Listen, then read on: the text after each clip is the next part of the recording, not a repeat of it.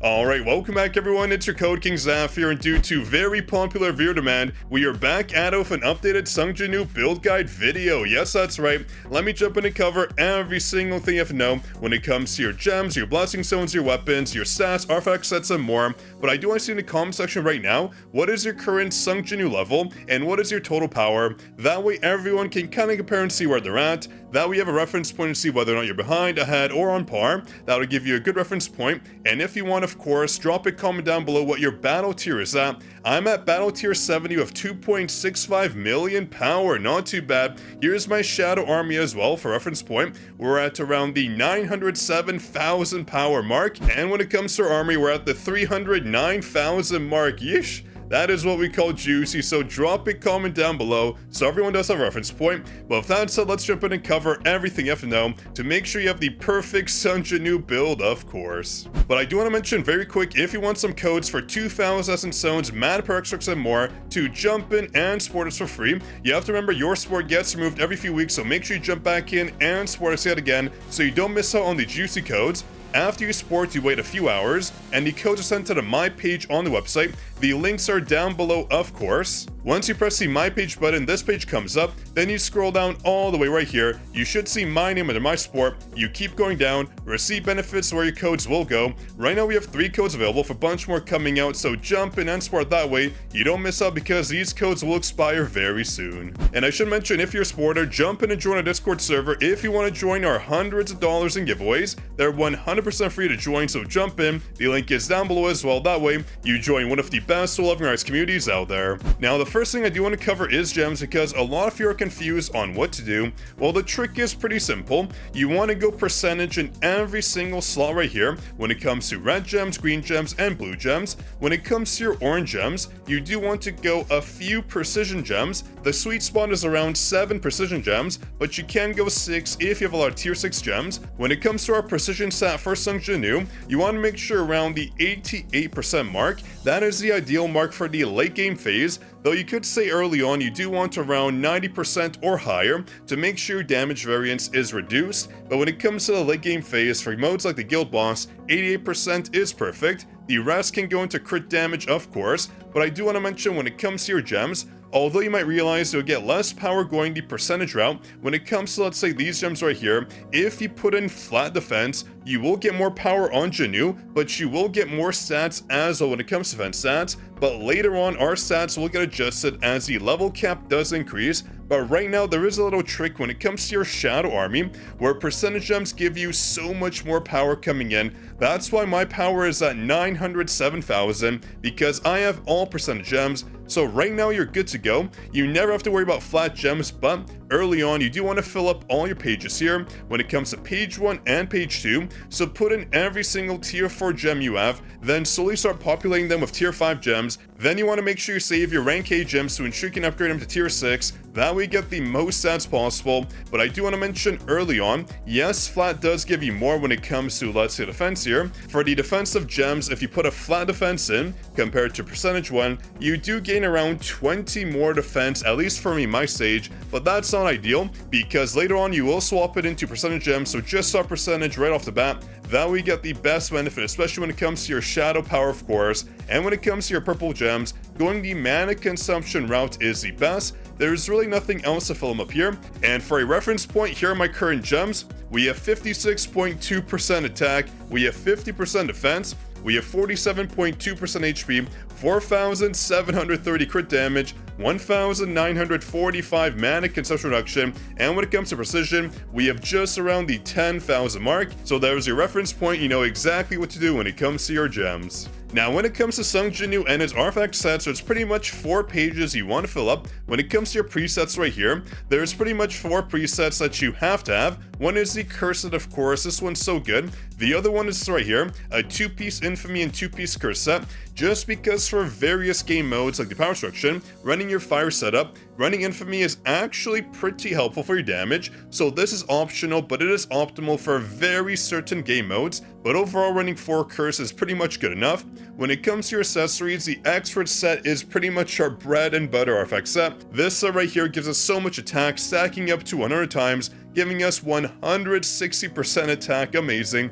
When it comes to our second best accessories, you do want the Obsidian set as well. This set is very good, honestly speaking, giving us a ton of stats when it comes to our damage increase early on, although the extra set can be better later on. For short battles, the Obsidian set is the way to go. And if you're wondering what my stats are like for Sung Jinwoo, we have 61,000 attack, and we have the following stat loadout, but I do want to mention, when it comes to attack, yes, we're running all strength right here, but that is not optimal. I'll talk about that. But you do want to go for around the 40% damage increase mark on Jinwoo and your hunters as well, honestly speaking. That'll give you the best benefit. For most game modes, defense penetration isn't really needed, but for a lot of them it is, such as the guild boss. When it comes to dragon, we do need a ton of defense pen, but right now for regular game modes for Sung Jinwoo, you don't need too much defense pen. We have a lot of sources for that, such as our Shadow Seb, giving us a massive reduction to the enemy's defense, and also Bloodlust, the Blessing Stone. So right now we're good to go in that regard. When it comes to your crit rate, you do want to round the 10,000 mark.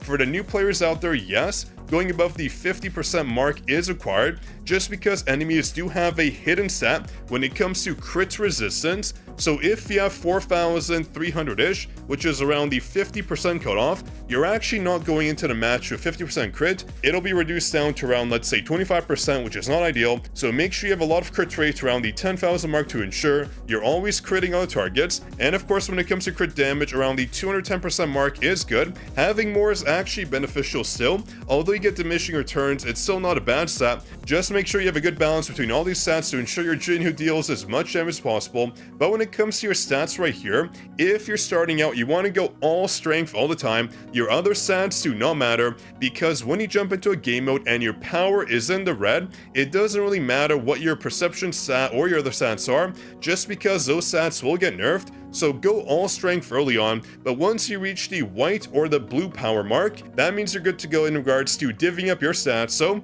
you can put some stats into perception to increase your precision, of course, and also you do want some stats into intelligence depending on the game mode you jump into. There is no ideal intelligence stat. It can range from, let's say, 150 all the way to like 400 depending on the game mode you're jumping into, but overall around the 150 to 220 mark is fine to ensure you cycle through your skills constantly, dealing the most damage as possible.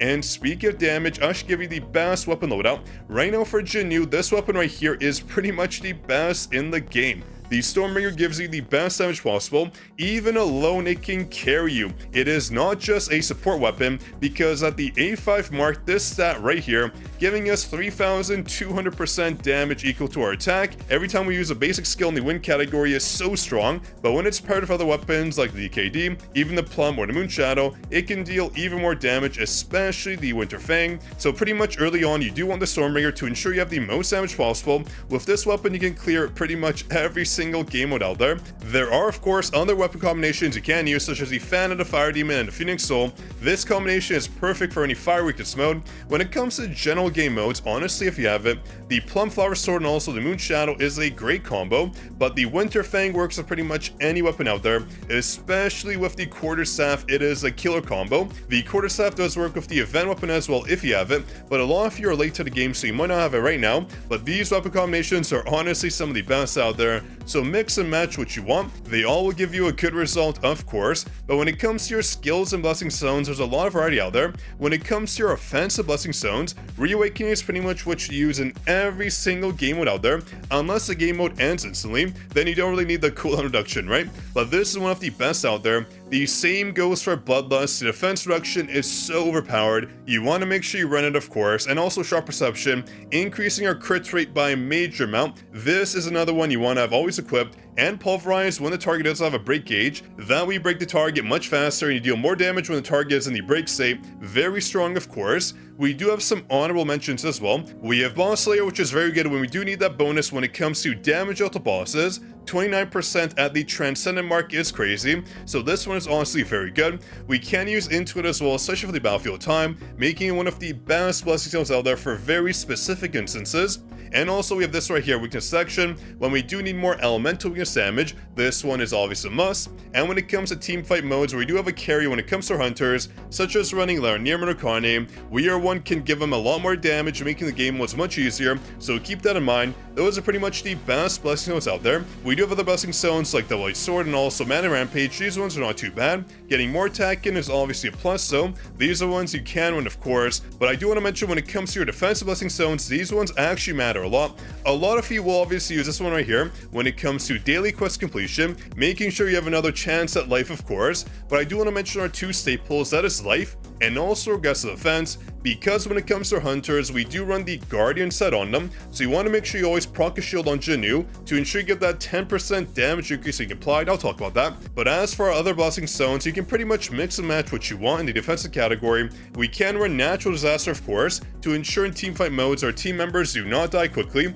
This one's actually very helpful, trust me. But if you want more survivability on Jinwoo, you can run blessing stones such as this right here when it comes to Kasaka Steel skills to ensure your damage taken does decrease, but also your shield effects do increase, so not too bad. We have other blessing stones here as well. You can run any of them, honestly. When it comes to survivability, you do have a lot of options that are out there. But on the topic of options, I should talk about the artifact stats we have on our artifacts, of course. A lot of you are wondering what I'm running, so here is one of my main sets, Curse and Expert. These are all the stats on them. We obviously want attack percentage on Sung Jinwoo to ensure we get the most attack coming in. Again, a lot of attack percentage, a ton of it, of course. Pretty much every single piece has a ton of attack, and you want to mix and match when it comes to damage increase, but also crit damage and crit rate, of course, to ensure you get the right stats coming in. Defense, spend, crit damage, damage increase, attack percentage. You want to go with the percentage amounts when it comes to your substats, because these values can increase a lot more compared to the main stats up top here, just because when you do roll your stats, you can get much higher values in the percentage stat down below compared to their flat stat counterparts, so keep that in mind. Let me show you an example right here. We have 31.64% on our piece when it comes to attack percentage, which is huge,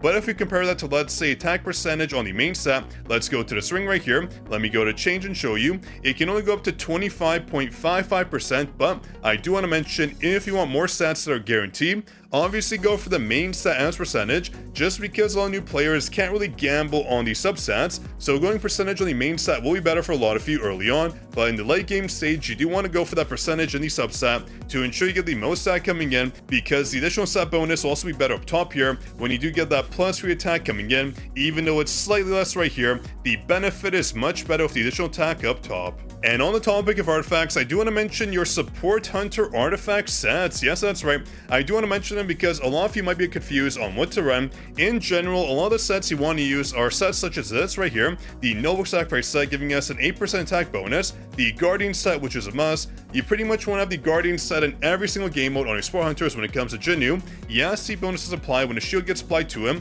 so make sure you run this set right here. The Blessing set as well is pretty much our bread and butter artifact set, giving us a 20% damage increase, which is huge. And also set right here, you can run an 8-piece if you want, but a 4-piece is enough for me. A 10% attack increase is very nice. And also the Soul's Blessing set, it stacks up to 3 times, which is nice, giving us a 15% elemental weakness damage bonus, which is huge, of course. And I guess a lot of you are curious about our shadows as well. Let me talk about the best ones out there. In general, when it comes to Sung Jinwoo game modes, you do use Bureau a lot. That's because his Shadow's Authority is very good, giving us a 5% attack and crit damage increase, which is obviously very nice. But early on for a lot of you, Icarus is the way to go, giving us pretty much one of the best sets out there, which is a crit rate increase of 8%. You can use this on your hunters and Jinwoo, so he's a must. Pretty much when it comes to your first general rank shadow, Icarus is the way to go. Then I would branch out to shadows such as Biru, like I mentioned before, giving us attack and crit damage, but you do unlock shadows like Serbi,